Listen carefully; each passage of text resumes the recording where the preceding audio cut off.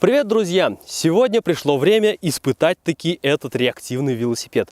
Для тех, кто не видел предыдущую серию, вкратце расскажу, что здесь есть и как это работает. В этих баллонах находится 12 литров сжатого углекислого газа. Из этих 4 огнетушителей по вот этим вот шлангам 4 потока объединяются в один большой поток.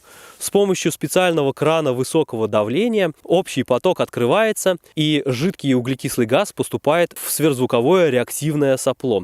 Здесь происходит основное расширение и создается обратный импульс тяги, который, собственно, и толкает весь велосипед вперед. Пару слов о двигателе. По своей классификации это космический маневровый двигатель. Его задача – корректировать курс и положение в пространстве космического аппарата. Дело в том, что в космосе, в невесомости, где нет атмосферы, даже малейший импульс силы способен скорректировать положение космического аппарата. Поэтому даже небольшие двигатели способны серьезно повлиять на его курс и положение. И для этого достаточно даже небольших вот таких вот маневровых двигателей. Но они идеально для этого подходят, потому что они маленькие, легкие, очень простые в конструкции и, самое главное, способны множество раз перезапускаться. Кстати, про запуск двигателя. Я много обдумывал момент, как можно будет одновременно запустить все 4 огнетушителя, а также я должен крепко держаться за руль, чтобы велосипед не вылетел из-под меня. И как же тут быть? Как же запустить двигатель? И мне в голову пришла интересная идея. Я сделал этот кран автоматизированным. Сейчас я вам покажу. Для этого на этот двигатель и установлен вот этот кран высокого давления. Открывать я его буду с помощью вот такого вот привода. Это двигатель от автомобильных дворников. Кроме того, я сделал систему автоматики, которая по нажатию кнопки с руля самостоятельно сможет включить и выключить двигатель. Давайте посмотрим, как это работает. Сперва подключаем аккумулятор. И теперь у меня вот здесь на руле установлена вот такая вот красная страшная кнопка. Когда кнопка нажата, двигатель работает. Когда я ее отпускаю, двигатель закрывается автоматически.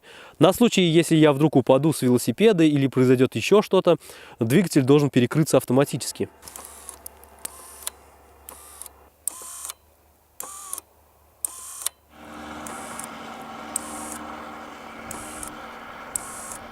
Чтобы можно было понаблюдать за реактивным соплом, я сюда установил вот такую вот маленькую видеокамеру, чтобы посмотреть, как это все будет развиваться. Также необходимо будет замерять скорость, поэтому на руль я установил телефон и с помощью GPS-навигатора будем мерить скорость. Ну что, пришло время прокатиться на этом девайсе. На самом деле я очень переживаю, но не за то, как вся система сработает или не сработает, а за то, как бы этот велосипед не вылетел из-под меня и я не пошел летать, как фанера над Парижем. Поэтому в этот раз, я думаю, действительно стоит одеть каску. Чтобы перевести этот велосипед в готовность, нужно поменять положение огнетушителей из «не включить никак» в положение «вечно включенный».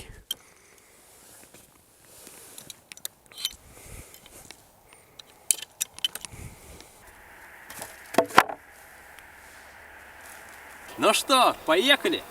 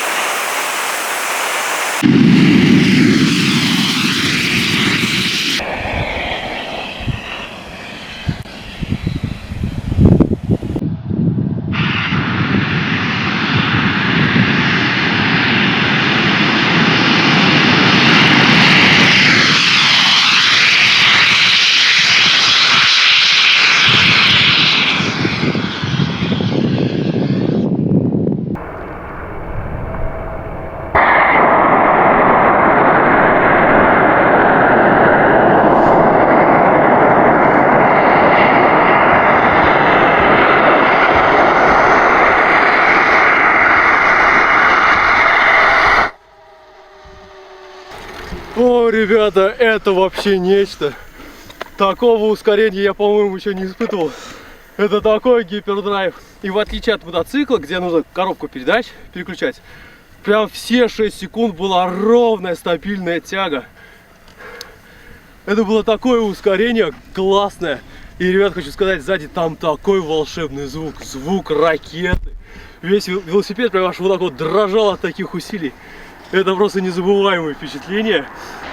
Несмотря на то, что маневровые двигатели считаются самыми слабыми в своем классе космических двигателей, в общем, для велосипеда это было выше крыши. Вот смотрите, ребят, сопло покрылось снегом. Температура сопла приблизительно минус 70 градусов. Поэтому оно и обросло все вот таким вот снегом. Здесь самое холодное место.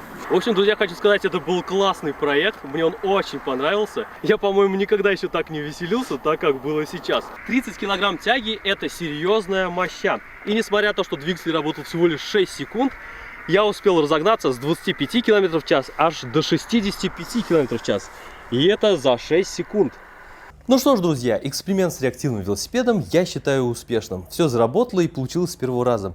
И, честно говоря, он даже превзошел все мои ожидания. Я сегодня испытал совершенно новые незабываемые ощущения, которые я точно не скоро забуду. Но еще сегодня исполнилась моя самая заветная мечта детства. Это прокатиться на реактивном мотоцикле. Эта мечта грела и даже жгла мою душу. И вот, наконец-то, она исполнилась. Я считаю, что каждый человек когда-то обязательно должен достичь своей мечты. Именно тогда он будет по-настоящему чувствовать, что счастлив.